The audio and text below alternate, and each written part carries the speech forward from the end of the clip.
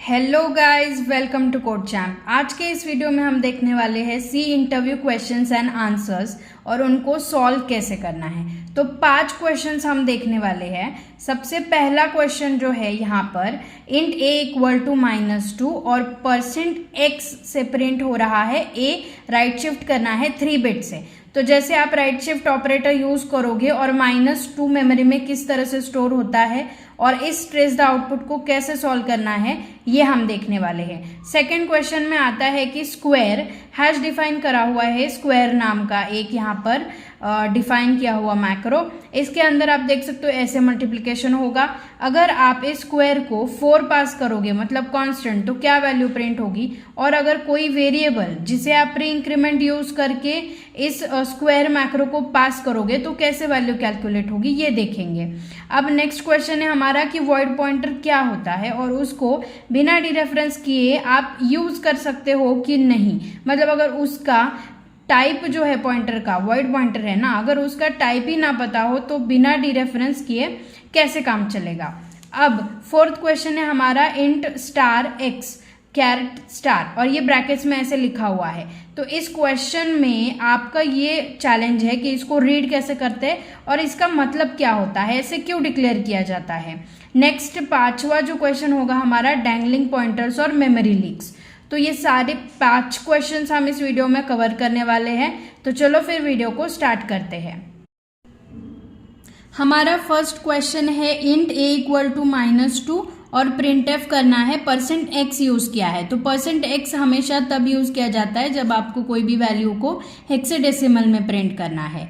अब यहाँ पे क्या ऑपरेशन परफॉर्म किया है, a को राइट शिफ्ट किया है 3 से। तो चलो देखते हैं इसको कैसे सॉल्व करना चाहिए। अब इंट a इक्वल टू -2, अभी जो नेगेटिव नंबर्स होते हैं वो किस तरीके से मेमोरी में स्टोर होते हैं ये हमें सबसे पहले देखना होगा।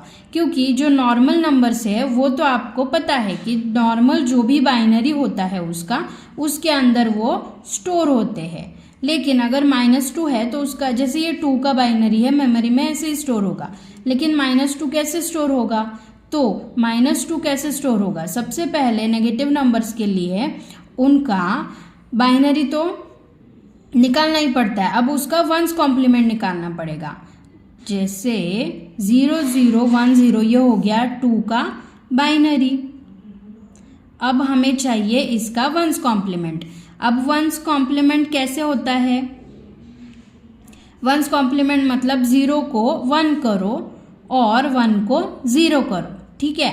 अब ये 1s कॉम्प्लीमेंट निकालने के बाद इसमें ऐड करना होता है 1 को, मतलब क्या मिलेगा हमें, 2s कॉम्प्लीमेंट मिलेगा, ठीक है। अब 1 को ऐड कैसे करना है, देखो 1 1 आएगा 1, एक कैरी हो जाएगा यहाँ पर 0 0 1 मतलब 1 ही आएगा, ये आएगा 1 और बाकी सारे तो हमारे 1 ही हैं।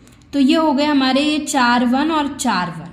अब यहाँ पर हमें वैल्यू मिल गई है कि जैसे यहाँ पर ये देखो 1 1, ये 1 आ गया, ये 1 आ गया, ये सारा वैल्यू आ गया। अब ये किसका वैल्यू आया है, तो ये आया है -2 का वैल्यू। क्यों कि 2s complement of the number is use to store the negative number. तो -2 को मेमोरी में ऐसा रखा जाएगा। अब यहाँ पर आप देख सकते हो 3 से राइट शिफ्ट करना है 3 बिट से। तो हमारे पास कौन सा नंबर है, 1 1 1 1 1 1 1 1। तो 3 बिट राइट शिफ्ट करना है, मतलब ये जो राइट साइड के 3 बिट है उनको हटा दो। अगर राइट साइड के 3 बिट हटा दिए तो यहाँ पर खाली हो जाएंगे ना 3 बिट, 1 2 3 बिट खाली हो जाएंगे। तो इस साइड में जैसे कि ये नेगेटिव नंबर है तो राइट हैंड साइड पे बिट ऐड करना पड़ेगा हमें। तो नेगेटिव नंबर होने के कारण यहाँ पर 1 1 1 ऐड होगा। अगर ये नेगेटिव नंबर नहीं होता, पॉजिटिव नंबर होता तो यहाँ पर 0 0 0 ऐड होता। तो अभी वापस हमारा नंबर क्या हो गया, 1 1 1 1 1 1 1 1। तो 8 बार 1 आ गया। तो ये हो गया 8 बिट के लिए, ठीक है। अब हमारा जो मशीन है वो अगर 32 बिट का है, 1 1 1 1 मतलब क्या है, इसका रिप्रेजेंटेशन FF रिप्रेजेंटेशन होगा। अब अगर 32 बिट है मशीन तो कैसे प्रिंट होगा, ये हमें हेक्स में प्रिंट करना है, तो इसलिए हेक्स में प्रिंट करना है, इसलिए F F F F print होगा। तो 32 बिट हुआ तो ये प्रिंट होगा, और अगर 64 बिट हुआ तो एफ एफ एफ एफ ये हो गया 32 बिट, और 32 बिट प्लस 32 बिट आता है हमारा 64 बिट। तो यहाँ पे 0x आता है स्टार्टिंग में, जैसे कि हम x वैल्यू कोई भी प्रिंट करते हैं तो ऐसा प्रिंट होता है, ठीक है। तो इसका जो आंसर होगा, फाइनल आंसर, वो क्या होगा, ये हमने कैलकुलेट कर लिया है। 32 बिट के लिए ऐसा प्रिंट होगा, 64 बिट के लिए ऐसा प्रिंट होगा। अब हमारा सेकेंड क्वेश्चन हम सॉल्व करेंगे, जिसमें कि हैश डिफाइन किया हुआ है स्क्वायर ऑफ ए, और स्क्वायर ऑफ ए जहां पर भी यूज होगा कोड में क्या रिप्लेस होना चाहिए, ये वाला जो भी एक्सप्रेशन लिखा है वो रिप्लेस होना चाहिए। अब पहला वाला, सबसे पहला वाला तो सबसे इजी है, हम सभी सॉल्व कर सकते हैं। पहले वाले में क्या होगा, स्क्वायर ऑफ 4, तो इसके जगह क्या रिप्लेस होगा, ये। तो कैसे लिखा हुआ है, ए के जगह, ए का वैल्यू अभी 4 है, तो 4 इंटू 4 क्या है, 16 है। तो ये तो आंसर सबको आ जाएगा आसानी से। अब वैल्यू जब चेंज होगी, जैसे कोई वेरिएबल यूज होगा और उस वेरिएबल को प्री इंक्रीमेंट किया जाएगा, तो कैसे सॉल्व होगा, ये सबसे इंटरेस्टिंग चीज है। तो चलो देखते हैं कैसे सॉल्व होगा। x की वैल्यू है 3, अब x मेमोरी में लिखा जाता है, ये हो गया x, ये होगा x का मेमोरी ब्लॉक, इसमें लिखा हुआ है 3, ठीक है। अब स्क्वायर रिप्लेस कैसे होगा, ये एक्सप्रेशन वो देख लेते हैं। प्लस प्लस एक्स, तो इसको कैसे रिप्लेस करेंगे हम, plus plus x into plus plus x, ठीक है। अब ये कैसे यूज होगा इसको, ठीक है। मेमोरी में तो 3 है वैल्यू, अब देखो यहाँ पर प्री इंक्रीमेंट जब होता है, वैल्यू प्री इंक्रीमेंट हो जाती है मेमोरी के अंदर, ठीक है। तो सबसे पहले यहाँ पर आप प्री इंक्रीमेंट करोगे, तो x की जो मेमोरी थी हमारे पास 3 वैल्यू का 4 हो गया, तो यहाँ पर यूज जब करेगा x की वैल्यू तो यहाँ पर आएगा 4, ठीक है। अब इनटू यहाँ पर जब आएगा तो वापस x की वैल्यू को इंक्रीमेंट कर रहा है वो, क्योंकि प्री इंक्रीमेंट है, तो यहाँ पर हो जाएगी 5, तो यहाँ पे कंसिडर होगी 5। अब इसका आंसर आ जाएगा 4 इंटू 5 20, ठीक है। अब ये हो गया, ये तो हमने कर लिया कि भाई ये जो भी प्रेसिडेंस है ऑपरेटर्स का, उसके हिसाब से कैसे सॉल्व होगा। लेकिन कुछ कंपाइलर्स के लिए अलग तरीके से सॉल्व हो सकता है। कैसे, अब ये कंपाइलर टू कंपाइलर डिपेंड करता है कि वो इन एक्सप्रेशंस को पहले ही मेमोरी में अपडेट करके यूज करेगा या नहीं करेगा। अब आता है क्वेश्चन कि अलग तरीके से आंसर और कैसे आ सकता है। तो जैसे पहले उसने क्या किया, प्लस प्लस 2 बार किया है ना पूरी स्टेटमेंट में, तो पहले ही उसने क्या किया, मेमोरी में x के लिए ये प्लस हो गया 4, और ये प्लस भी वो परफॉर्म कर लेगी और उसको कर लेगी 5। इसका मतलब यहाँ पर क्या यूज होगा, 5 इंटू 5 इक्वल टू 25। तो आप बोलोगे फिर हम इंटरव्यू में आंसर कैसे देंगे, तो इंटरव्यू में आपको ऐसे ही आंसर देना है कि वो कंपाइलर डिपेंडेंट होता है, लेकिन आप इस तरीके से सॉल्व करके दिखा सकते हो कि पहले ऐसे होगा फिर ऐसे होगा, ये 2 कंडीशन से हो सकता है, ठीक है। चलो हमारा थर्ड क्वेश्चन सॉल्व करते हैं, जिसमें है वॉइड स्टार हमारे पास। अब वॉइड स्टार को आप किस तरीके से यूज करते हो, वॉइड स्टार मतलब होता है ऐसा पॉइंटर, जैसे कि यहाँ पर टाइप नहीं लिखा हुआ है, तो ऐसा पॉइंटर जो किसी भी टाइप को होल्ड कर सकता है, कौन सी भी टाइप की वैल्यू को होल्ड कर सकता है, उसको बोलते हैं वॉइड स्टार, ठीक है। तो अभी जैसे मान लो मैंने यहाँ पर एक पॉइंटर लिया वॉइड स्टार p, अभी एक वेरिएबल लिया है मैंने इंट a इक्वल टू 10, तो वॉइड स्टार p में ऐसे आप a की वैल्यू स्टोर कर सकते हो।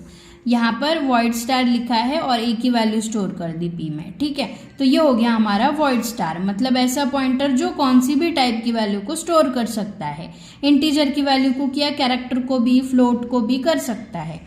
अब अगला क्वेश्चन हमारा ऐसा था कि can you use void star without knowing it's type, ठीक है। अगर आपको उसका टाइप ही नहीं पता है कि वो कौन सी टाइप की वैल्यू को पॉइंट कर रहा है, तो क्या आप उसे डी रेफरेंस करके यूज कर सकते हो कि नहीं। तो चलो देखते हैं। जैसे अगर आपको इसकी वैल्यू को एक्सेस करना है, पी की वैल्यू को, तो आपको सबसे पहले उसे इंट स्टार में कन्वर्ट करना पड़ेगा। क्यों? क्योंकि ये पॉइंटर कौन से टाइप का है ये बताना पड़ेगा, वरना वो वैल्यू जो है वो मेमोरी में उस तरीके से एक्सेस नहीं हो पाएगी। तो p को किया हमने टाइप कास्ट पॉइंटर को इंट स्टार में, और फिर इसे करा स्टार। अब आप प्रिंटएफ में इसे यूज कर सकते हो वैल्यू प्रिंट करने के लिए, कौन सी, %d की इस पॉइंटर पे कौन सी वैल्यू है, ठीक है। तो आप डी रेफरेंस नहीं कर सकते अगर आपने उसको टाइप कास्ट नहीं किया उसके करेक्ट डेटा टाइप में, तो गड़बड़ हो जाएगी, ठीक है। चलो हमारा 4th क्वेश्चन देखते हैं, जो कि थोड़ा सा इजी है और थोड़ा सा डिफिकल्ट है। तो वो कैसे, चलो हम देखते हैं। अब इसमें लिखा है इंट, ब्रैकेट के अंदर $x लिखा हुआ है और यहाँ पर कैर स्टार लिखा है। तो आप सबसे पहले ध्यान में रखो कि अगर ब्रैकेट 2 ब्रैकेट्स है और पहले वाले ब्रैकेट में अंदर अगर कुछ लिखा है तो वो फंक्शन पॉइंटर होता है, ठीक है। तो यहाँ पर इसे कैसे पढ़ेंगे, x is a function pointer, x is a, क्योंकि यहाँ पे स्टार है ना, तो x is a function pointer, ऐसे एरोज ध्यान रखो, ये पहला एरो, फिर जाता है दूसरा arrow, which takes char star as parameter. तो ऐसे फंक्शन का पॉइंटर है जो फंक्शन कैर स्टार को एज अ पैरामीटर लेता है, और एंड रिटर्न्स इंटीजर। मतलब x ऐसे फंक्शन को पॉइंट करेगा जिसका पैरामीटर हो सकता है कैर स्टार, और रिटर्न क्या करेगा, वो फंक्शन इंट रिटर्न करेगा, ठीक है। तो ये हो गया हमारा 4th क्वेश्चन। चलो हमारा लास्ट क्वेश्चन सॉल्व करते हैं, डैंगलिंग पॉइंटर्स और मेमोरी लीक्स का। एग्जैक्टली ये क्या होता है, पॉइंटर्स कैसे डैंगल हो जाते हैं, मेमोरी कैसे लीक हो जाती है, ये हमें समझना होगा अच्छे से। अब कोई भी एक पॉइंटर ले लो आप, इंट स्टार p, सबसे पहले आप उसको क्या करते हो, मेमोरी एलोकेट करते हो। तो हम भी करेंगे, c में मेमोरी एलोकेट करते हैं मैलॉक को यूज करके, तो ये ऐसे मेमोरी एलोकेशन होगा, ठीक है। अब आपने मेमोरी एलोकेट कर दी, ओके। अब हमने क्या किया, इस पॉइंटर को फ्री कर दिया यहाँ पर। अब मुझे बताओ क्या होगा, यहाँ पर मेमोरी एलोकेट कर दी और यहाँ पर फ्री कर दी, समझ रहे हो। लेकिन ये पॉइंटर जो है वो पॉइंटर तो वैसे ही रह गया, मेमोरी तो है। जैसे हमारे कंप्यूटर के अंदर ये सपोज मेमोरी है, ठीक है, इसे मेमोरी बोला जाता है। अब ये p जो है वो किसी चीज को, इतनी मेमोरी को अलोकेट करके, इसका एड्रेस था 100, तो p पॉइंट कर रहा है ना इस मेमोरी को, तो 100 उसके पास था, लेकिन उसने क्या किया, उसके पास तो 100 है अभी भी, लेकिन इस मेमोरी को उसने फ्री कर दिया। इसका मतलब ये 100 तो अभी भी p में है, लेकिन अब अगर स्टार p करोगे तो कुछ नहीं आएगा। इसका मतलब ये डैंगलिंग पॉइंटर हो गया, इसके पास वैल्यू तो है पर वो किसी काम की नहीं है, वो मेमोरी एग्जिस्ट ही नहीं करती। तो इसी वैल्यू को रख के आप क्या करोगे। तो इसलिए ऐसे सिनेरियो में जो सिचुएशन क्रिएट होती है पॉइंटर्स के साथ, उसे बोलते हैं डैंगलिंग पॉइंटर्स, ठीक है। अब आते हैं हमारे सेकेंड चीज के पास, जो मेमोरी लीक है। अब मेमोरी लीक के लिए हम देखेंगे फिर से star p equal to int star, malloc से मेमोरी एलोकेट होगा, तो मैलॉक साइज ऑफ इंट। अब मैंने क्या किया, p इक्वल टू 0 किया। अब सेम मेमोरी डायग्राम में वापस बना लेती हूँ, क्योंकि मेमोरी से अच्छे से हमें समझ में आता है। तो ये हमारी मेमोरी है, यहाँ पर हमारा ये पॉइंटर है जिसके अंदर वैल्यू थी, कुछ एड्रेस था 100। अब मैंने क्या किया, ध्यान से देखो, अब मैंने क्या किया है, ये जो 100 वैल्यू है ना, p इक्वल टू 0 कर दिया, मतलब p में क्या वैल्यू थी 100, अब मैंने इक्वल टू 0 किया, मतलब x बॉक्स में क्या है 0 है। यहाँ पर बहुत ही खतरनाक सिचुएशन क्रिएट हो रही है, मेमोरी अभी भी है 100 नाम की, लेकिन आपने p को 0 वैल्यू दे दी, इसका मतलब ये जो वैल्यू है ना यहाँ पर, तो ये मेमोरी जो है एग्जिस्ट करती है, फिर भी आप उसे कभी एक्सेस ही नहीं कर पाओगे। ये मेमोरी एलोकेट करके आपने छोड़ दी, अब ये फ्री नहीं है, इसलिए कोई और इसे यूज भी नहीं कर सकता, और आपके पास जो पॉइंटर था यूज करने वाला उसको भी आपने ओवरराइट कर दिया, तो इस मेमोरी को आप कभी यूज ही नहीं कर पाओगे, और कोई और प्रोग्राम भी इस मेमोरी को अलोकेट करके नहीं ले पाएगा, क्योंकि आपने उसे फ्री ही नहीं कराया। तो इसे बोलते हैं मेमोरी लीक्स। अब डैंगलिंग पॉइंटर्स और मेमोरी लीक्स आपके कोड में कम से कम या होने ही नहीं चाहिए, क्योंकि इसके वजह से मेमोरी का इशू क्रिएट होगा और आपके प्रोग्राम की इफिशियंसी कम हो जाएगी। ठीक है, तो आज के वीडियो में हमने देखे हैं 5 इंटरव्यू क्वेश्चंस और आंसर्स।